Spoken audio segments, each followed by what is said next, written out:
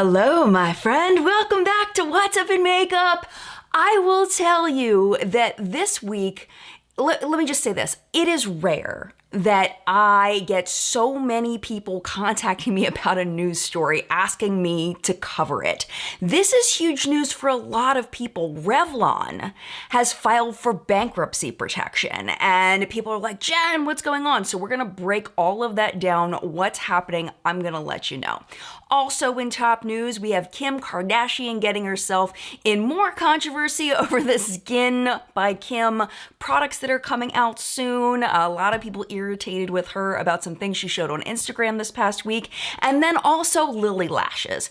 Lilly Lashes has a lawsuit that has just been brought against them. But the question is, should they have a lawsuit brought against them? And I was actually surprised where I stood on this, and I'm curious to know whether you'll be surprised where you stand on it. Let's talk about it. Hang tight. We're getting into it right now.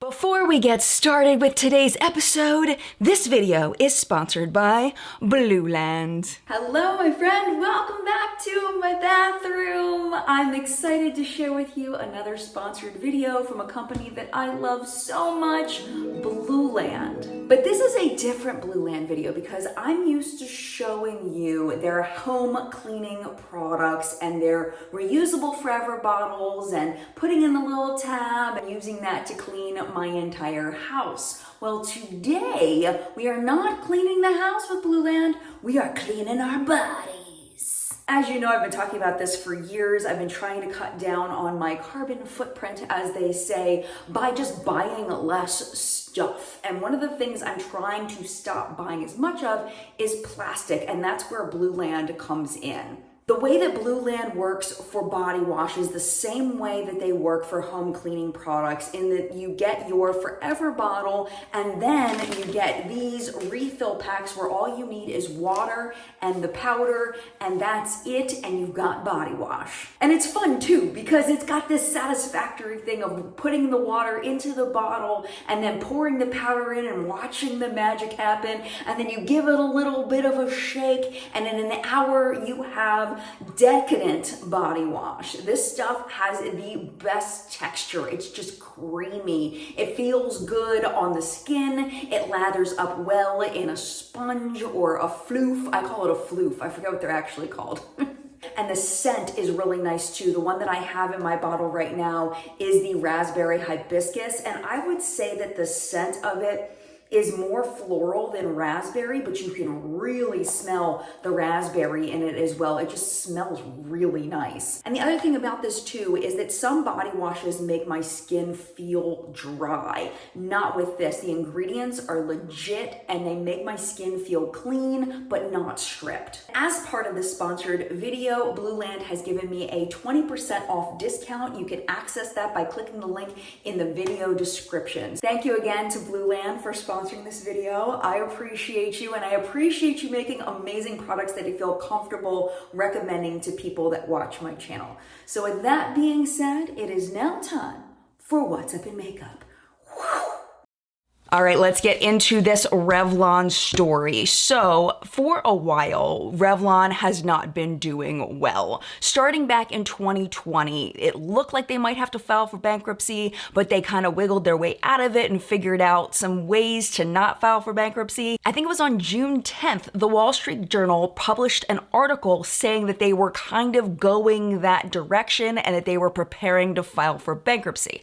Well, last Wednesday, they actually did file for bankruptcy protection. So this is what the Wall Street Journal had said. They said the goal of the company was to restructure and change the due date on their debt, which is partially due in September of 2023. And that they estimate that the total of long-term debt is about $3.3 billion, all due by fall of 2025. The thing that really worried people, especially people that are invested in the company, is that when that Wall Street Journal article was published, these stocks plummeted for the brand. So they went down 53%, which is their biggest drop since they went public in 1996. For a comparison, when they went public, it was going for $24 a share. And as of last week, they closed at $2.05 per share.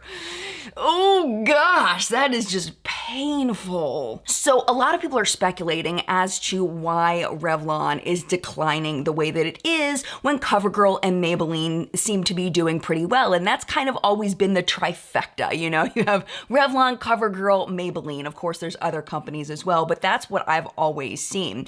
And what it seems to come down to is just Revlon staying in the past and not advancing with the times, along with, you know, when one of your most popular products is lipstick and you're going through a global pandemic where people are wearing masks, that's probably going to hurt the bottom line. And then of course with, you know, supply chain that a lot of companies are dealing with, I'm sure that's part of it as well. But a lot of people are attributing the decline to just their lack of ability to transition into the social media sphere, posting on Instagram, posting on Facebook, all of those things, and really getting younger customers interested in the brand. But I do think that it's really important to note this, that Revlon is not doing terrible. They're just not doing good enough based on all of the debt that they have. So in May, they reported a net sales of almost $480 million just for the first quarter of 2022, which is an increase from the first quarter of 2021. But it just doesn't seem to be enough. So at this point, what I would love to know is, first, do you feel like this is a surprise that Revlon is not doing well, even though they have literally been one of the biggest beauty brands since the 1930s? And my second question is, when was the last time you bought a Revlon product? Because I honestly can't remember the last time I bought a Revlon product. But I would just love to know your opinion.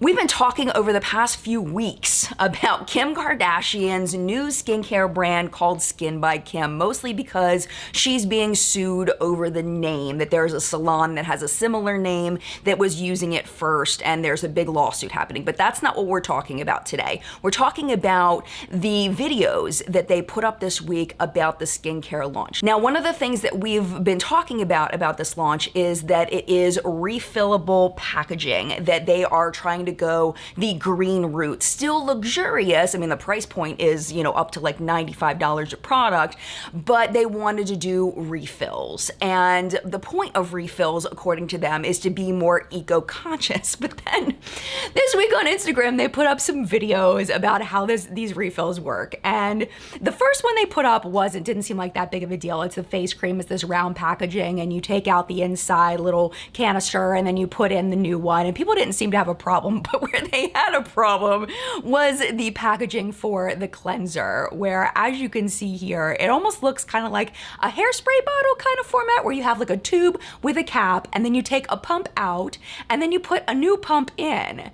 And it's like, how is that eco-friendly? How is that even helping the environment when essentially you're putting a product inside of another product? It's just a very odd choice. And people were very vocal about this in the comments underneath the Instagram post. And the other thing that they posted was about getting the full set of products. So it's 9 products, and the full collection, when you get it together, it's $575 for these 9 products. And it comes in, it looks like almost like a clamshell, like it's like a molded plastic packaging. It's like, wait a second, I thought we were doing eco-friendly here. Like, it's like, we know that people want eco-friendly, so let's kind of do that and market it that way, but not actually be eco-friendly, like not actually have an understanding of what that means. I mean, there are so many brands that do refillable packaging. Like, for example, I love this Fenty moisturizer. This is the Fenty Skin,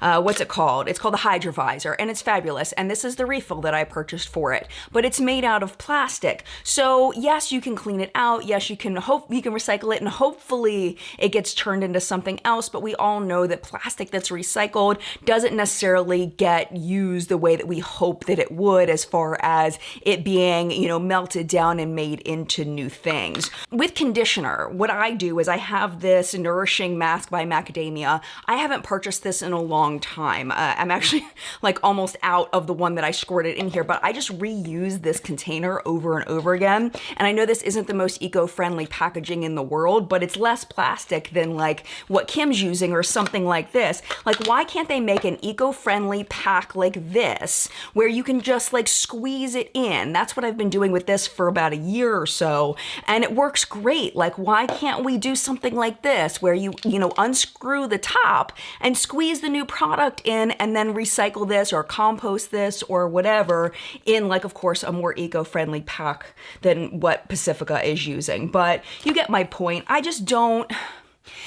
I personally feel like this is greenwashing from most brands that use refillable packaging, and it's just really sad because I feel like it could actually be better for the environment if they just took a few extra steps in order to do that.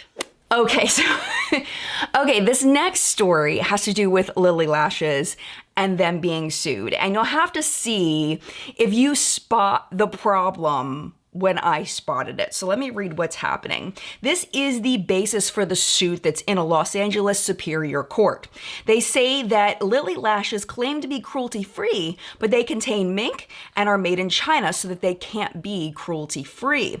Quote, "The animals frequently show signs of extreme psychological distress, such as frantic circling and self-mutilation, and suffer from infections, gaping wounds, and other illnesses and injuries that commonly go untreated." The lawsuit alleges false advertising, consumer fraud, unjust enrichment, breach of express warranty, and negligent misrepresentation. What the lawsuit is trying to accomplish is that they are looking for an injunction against Lilly Lash's alleged manufacturing practices, as well as a refund to all class members who bought mink eyelashes from April 2018 to present. The lawsuit was brought last Tuesday, so up into that date. Basically, they're saying, you know, Lilly Lashes says they're cruelty-free, but animals are harmed in the process, so therefore they're not cruelty-free, and it is, it's false advertising. But the general consensus, and I've made multiple videos on this that I'll link below if you want to know more, is that cruelty-free is about animal testing. It seems like the person who brought this lawsuit and the lawyer just don't understand the general consensus term for cruelty-free, that animals can be treated cruelly in the process as long as the product isn't being specifically tested on animals. The other issue is that they were made in China. China is well known for their animal testing policies, which have changed very much over the past couple of years.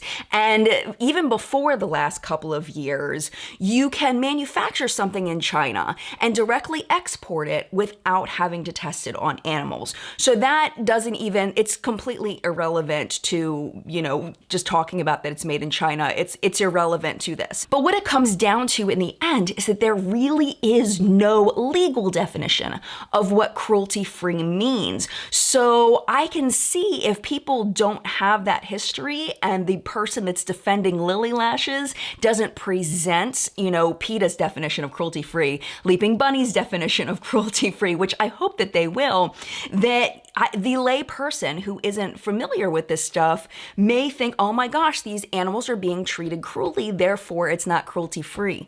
That's not real. It's just not. But it got me thinking, should it be real? Should that be a thing? Is the term cruelty-free inherently misleading as we understand it today? And I kind of do feel that way. I think that, the person bringing the suit has a really good point.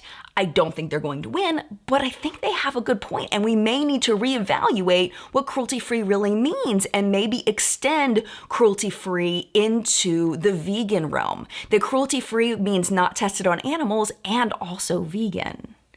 I don't know. I'd love to know what you think.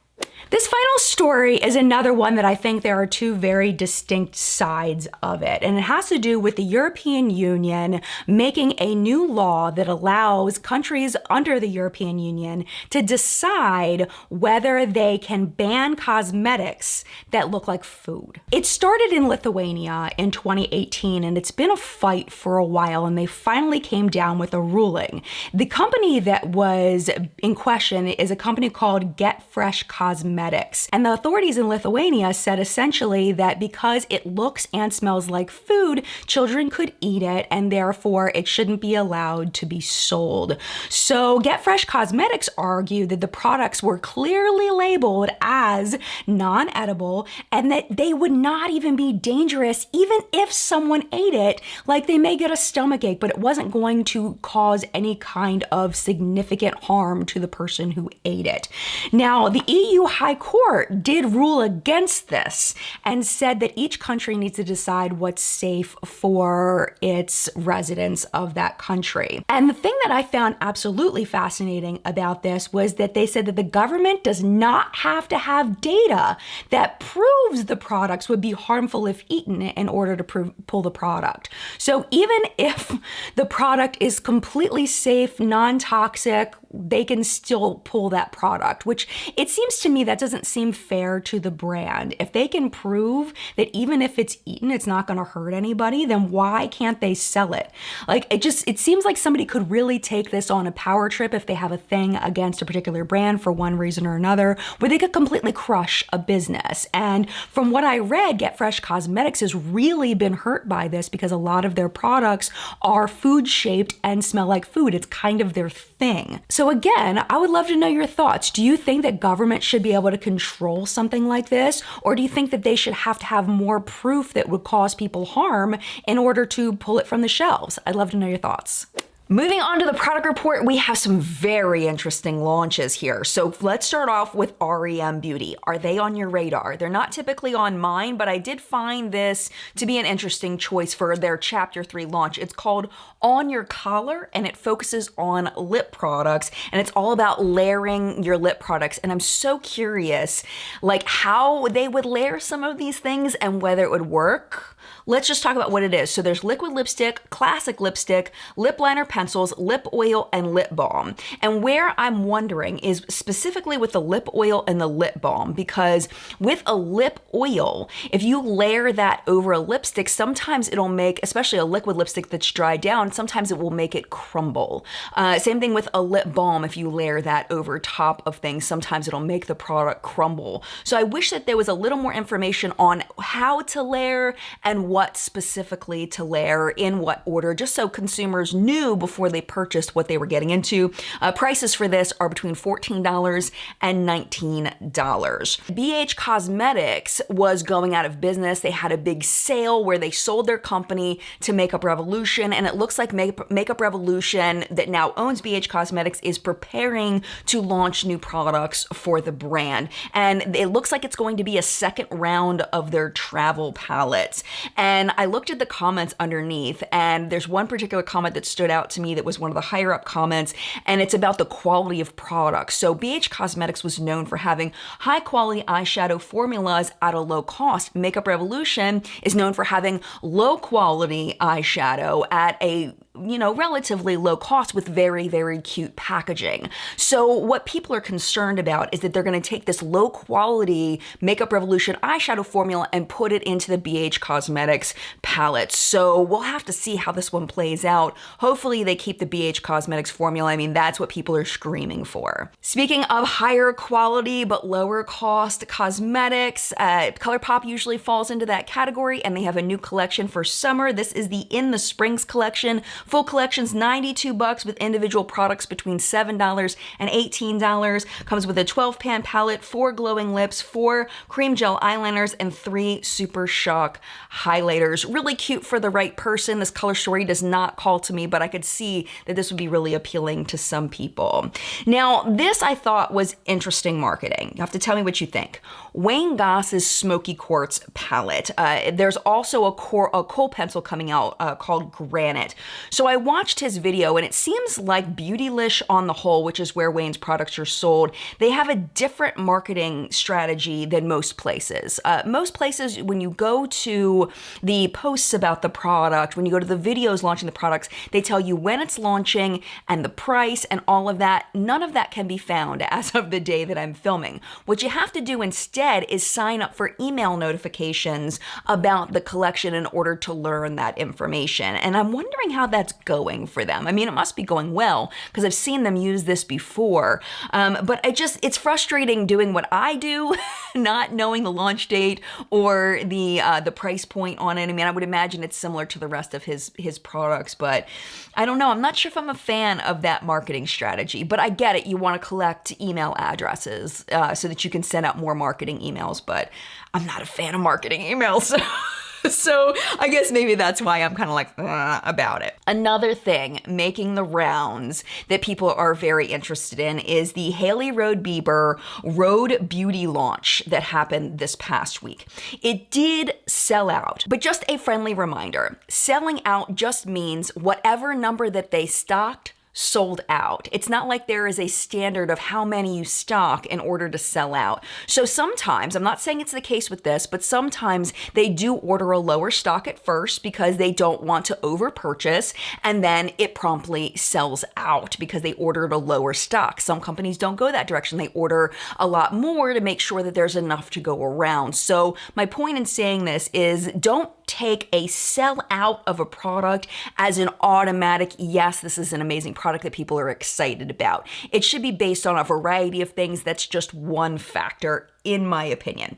So what products are they, you may be asking? Well, I will tell you. So we have the Peptide Glazing Fluid, the Barrier Restore Cream, and the Peptide Lip Treatment that does come in one that's no flavor and then two other flavors. There's bundle deals that were available. Individual product prices range from $16 to $29. I do like that it isn't an obnoxious price point like Kim's line. Just glancing at the ingredient list, they seem like they're pretty standard ingredient lists that should be effective for what they're saying that they're going to be. Did it look like anything different, anything that stood out to me? No, but that's not necessarily a bad thing. Oh, one more thing. In the Pop Sugar article that I read, Hailey said something very interesting. She said that, quote, I want it, meaning her website, to one day be a beauty platform where creators can make content, share tips, buy products, and sell products.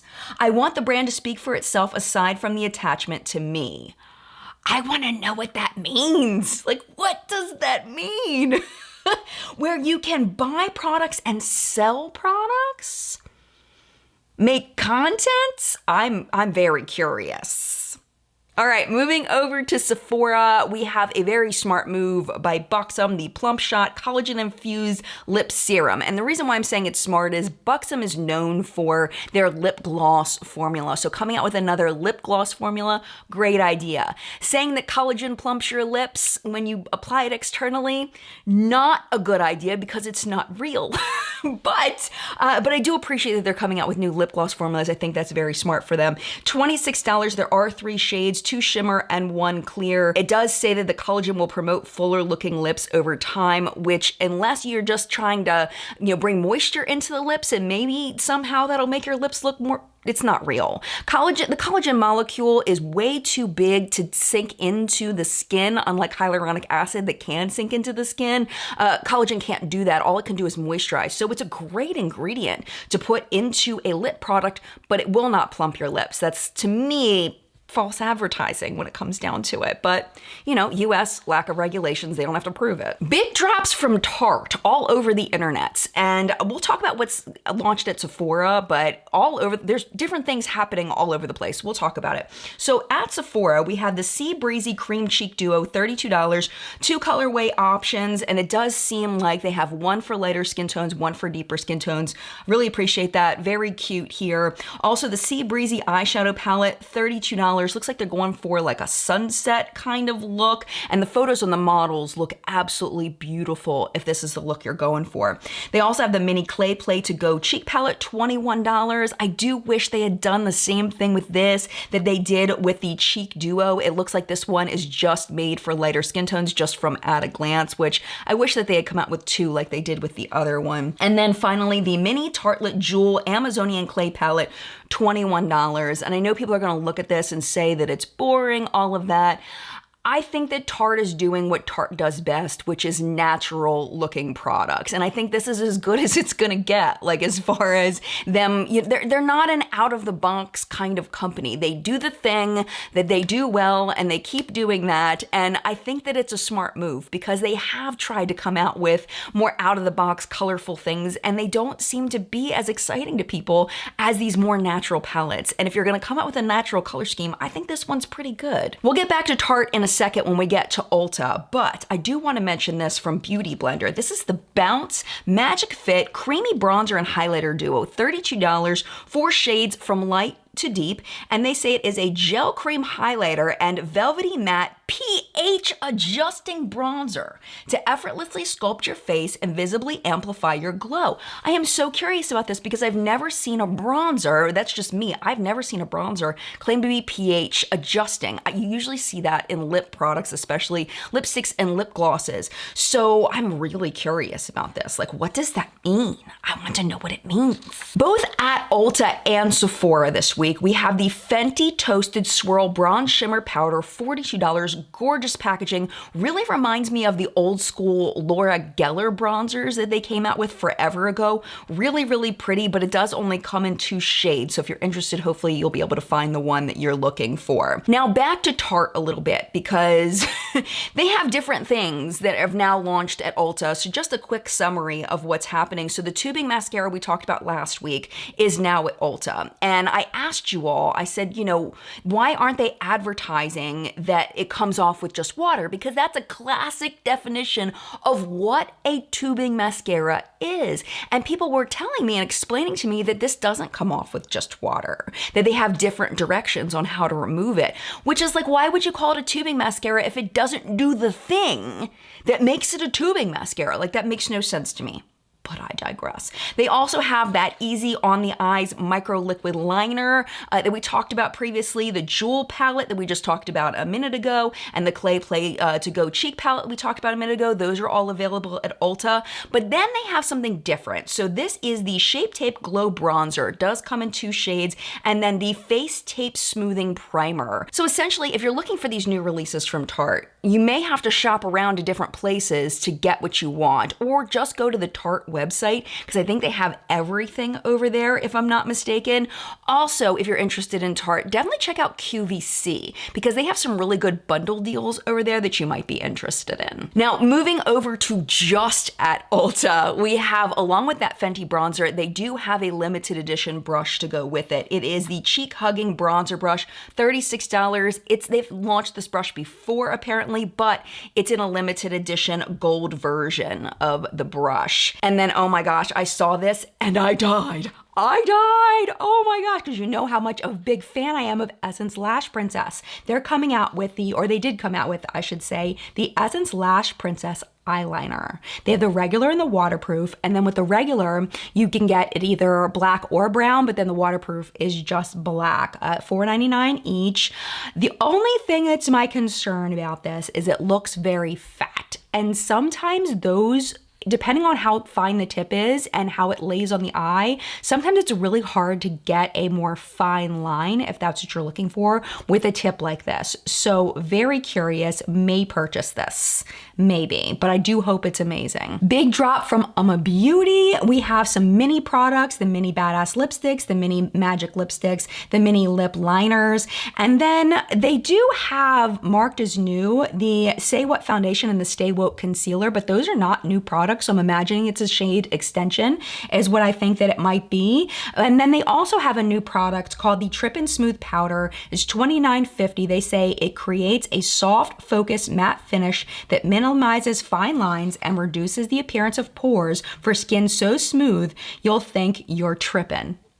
And I can see some people not enjoying that marketing because it's a reference to drugs for some people, but it's also a slang term. So I'm curious to see the reaction to that. And then along with that, they do have the mini big head dual density makeup sponge, $10. And I think that's smart to do 2 different densities in a sponge because some people do like a more dense sponge. Some people like something that's a little softer. And then finally from UOMA, we have the Trip and Smooth Primer, $29. And this is definitely a reference to using mushrooms because they're specifically marketing the mushroom extracts that are in here. It does look like they say that it's going to be best for oily skin. When you look at the photos that they have, they're specifically showing the lack of shine on people's faces when they use this primer. So if that's you, it may be something you want to look into. Another thing people are very excited about is the About Face by Halsey brand now being at Ulta. They recently dropped their prices down. So I think that it's going to find a really nice home at Ulta. I think that Ulta shoppers are going to be excited because the price range for this is $12 to $18. There's currently 8 products in lots of shades available: eyes, lips, face, all of that. And then finally in the product report, we got a video this week from Jaclyn Hill. And it was a getting ready with me where she used a lot of her own cosmetics in it, including the ones that are launching soon. So it is launching, the new collection is launching June 23rd. There's 4 highlighters. I believe the highlighter formula is already out, but it's 4 new ones, 10 bronzers. And she did say that they smell like coffee with toffee syrup, which sounds amazing to me. And then 10 lip oils. She said that the 4 of them were re-releases from last summer, and then there's 6 new shades because people were really excited about this formula. So yeah, so that's coming too. PR purchase product of the week. We're gonna be talking about my upcoming video, a little preview of that. I did buy some Ulta brand stuff. We had talked about how I did a video recently on Sephora brand products and I wanted to do the same thing for Ulta brand products. So I've been using these for the past week and I'm gonna keep using them until I film the video next week. But I did wanna give you a little preview specifically of this. This is the Ulta Beauty Complexion Crush Medium Coverage Foundation. It's what I'm wearing today. I am gonna show you the up close in my mirror pictures of just the first shot of this. I did apply it with a beauty sponge and then a second layer of it. And then now I'm going to show you the picture of it with their concealer. This is the full coverage liquid concealer waterproof that I put on. And then finally with the matte finishing powder over top. And then the last photo I want to show you is of the full look that I'm wearing today up close in my mirror so that you can see without all of the lights and things I've got going on. The big thing I was excited about was this foundation because it had really good reviews and I've really liked Ulta's foundations in the past and so far so good on this. Really enjoying it. It is a medium coverage foundation. It's very, very accurate. So full review on these and so many other products next Friday on the channel. Notable sales of the week, quite a few. Some repeats from last week, but they're still going on, so I wanted to make sure you knew. Natasha Denona, 30% off sale, ends on Monday. 30% off over at Smashbox for their Smash Cash members. If you're not a member, you'll get 25% off. Bobbi Brown, 25% off site-wide, plus a 3-piece summer travel set with a purchase of $75 or more. I remember this one from last week. Urban Decay, 30% off site-wide. Not sure when that ends. The Ordinary, 23% off site-wide because they always have to put some weird random number because they're the Abnormal Beauty Company. That's going on until June 23rd. And then finally, Alter Ego, 20% off site-wide. And finally, let us do our artist shout out of the week. Allow me to introduce you to Natalia. Oh my goodness. Wait until you meet Natalia. If you are not familiar with her, there was so much over on her page that I wanted to show you, but I picked a few to kind of give you a range of the kinds of things that she does. It looks like she's from Poland. She does type in English sometimes, but then sometimes types in Polish. A lot of the comments are in Polish. There's no flag or anything like a lot of people use to identify what country they live in, but that's what I'm assuming here. Let's talk about her very first look. Now, this one she has pinned as her first look, so I would imagine she's pinning it because she is most proud, as she should be. SpongeBob art. I mean, I'm not a SpongeBob fan, but I freaking love this. Beyond the amazing detail in the chest art, I absolutely absolutely love what she did with her face to complement it. I mean, the bubbles and the cut crease that almost doubles as like a double wing eyeliner. I mean, I can't imagine how long it took this photo to put this photo together with like the bubble in the corner with her trying to pop the bubble. Like, I don't even, like, I can't even imagine what went into this photo, how hard she worked on it. It's beautiful. Second look, Natalia has a bunch of cartoon themed looks. So I wanted to show you something a little bit different. This one is called Black and White, but it is so much more than that. From the headpiece all the way down to the gems in her eyebrows and the butterfly wings in her eyes and her lips. And of course, the tremendous detail of the rose and butterfly look on her chest. It's just unreal. It's so incredibly gorgeous.